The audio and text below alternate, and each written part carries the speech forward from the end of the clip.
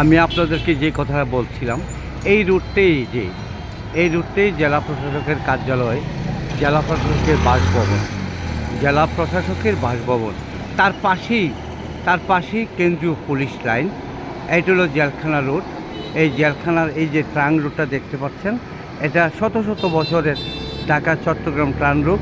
তার জেলখানার সামনেই জেলা প্রশাসকের কার্যালয়, তার পাশেই জেলা পরিষদ, তারপরেই নগর ভবন অর্থাৎ সিটি কর্পোরেশন কার্যালয়। প্রত্যেকটা গুরুত্বপূর্ণ সরকারি প্রতিষ্ঠান এখানে অবস্থিত। তো যাই হোক, আমি যে কথাটা বলছিলাম, শত শত বছরও পুরনো এই প্রাচীরটি রেখে নতুন করে এখানে রাস্তার পাশে রাস্তার ট্রাং রুট কেটে এখানে সিটি কর্পোরেশনের সামনে এই প্রাচীরটা জেলখানা করার এটা উচিত হচ্ছে আমি মনে করি না।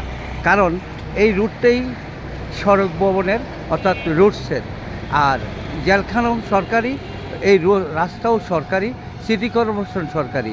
এই রুটটা করলে কি হবে, সুবিধাটা কি হবে? সুবিধাটা হবে জেলখানার ব্যক্তিগত প্রতিষ্ঠানের সুবিধা, অসুবিধা হবে নগর ভবনের, নাগরিক সমাজের। যেমন এটা একটা ডাবল রুট হবে দু একদিনের কিছুদিনের মধ্যেই, এবং এটা দিয়েই চলাচল হবে ফোর লাইন। সিটি কর্পোরেশনের বড় বড় গাড়িগুলো ঢুকতে অনেক সমস্যা হবে, এবং ক্যারেনগুলো ঢুকতে সমস্যা হবে, মাটির যেই ঢেকুগুলো ঢুকতে সমস্যা হবে, রোডটা অনেক শর্ট হয়ে যাবে। তো যাই হোক, এই রুটটা যদি করা হলে সমস্যা হবে নগর ভবনের এবং সাধারণ মানুষের জনদুর্ভোগ সৃষ্টি হবে। যেহেতু আমার যে মন্তব্যটা হচ্ছে এই রোডটা সরকারি, জেলা প্রশাসকের বাংলার রোড এবং জেলা প্রশাসক কার্যালয় রোড, এবং এটা জেলখানার সামনে জেলা প্রশাসক, জেলা পরিষদ, নগর ভবন এখানে অবস্থিত। এই রুটটা করলে সুবিধা হবে জেলখানার, আর অসুবিধা হবে নগরবাসীর।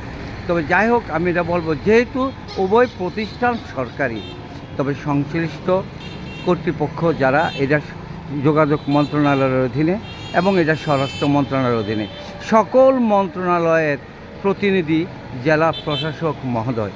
আমি জেলা প্রশাসক মহোদয়ের সুদৃষ্টি কামনা করছি, আপনি অতি সত্বর কুমিল্লার এই বিশৃঙ্খলা, এই অশান্তি, এই আন্দোলনের এই সূচনাটা বন্ধ করুন, এবং এই কাজটা বন্ধ করে দিলেই কুমিল্লা শান্ত হবে, ডবল লাইনের কাজটা হবে, জেলখানার এই অবৈধ স্থাপনা বন্ধ করে কুমিল্লাবাসীকে শান্তি এবং শৃঙ্খলার মধ্যে বসবাস করার ব্যবস্থা করুন।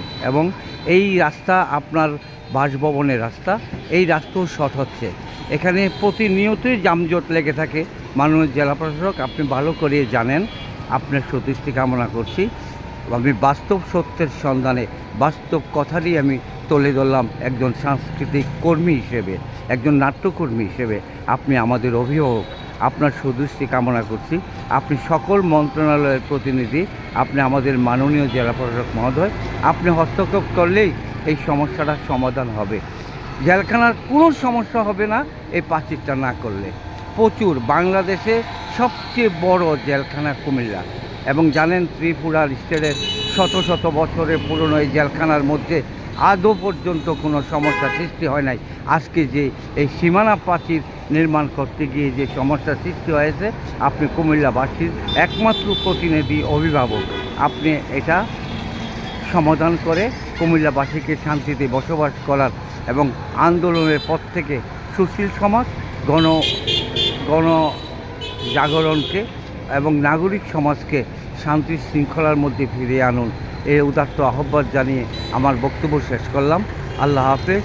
আসসালামু আলাইকুম ওয়া রাহমাতুল্লাহি ওয়া বারাকাতুহু। ধন্যবাদ সবাইকে।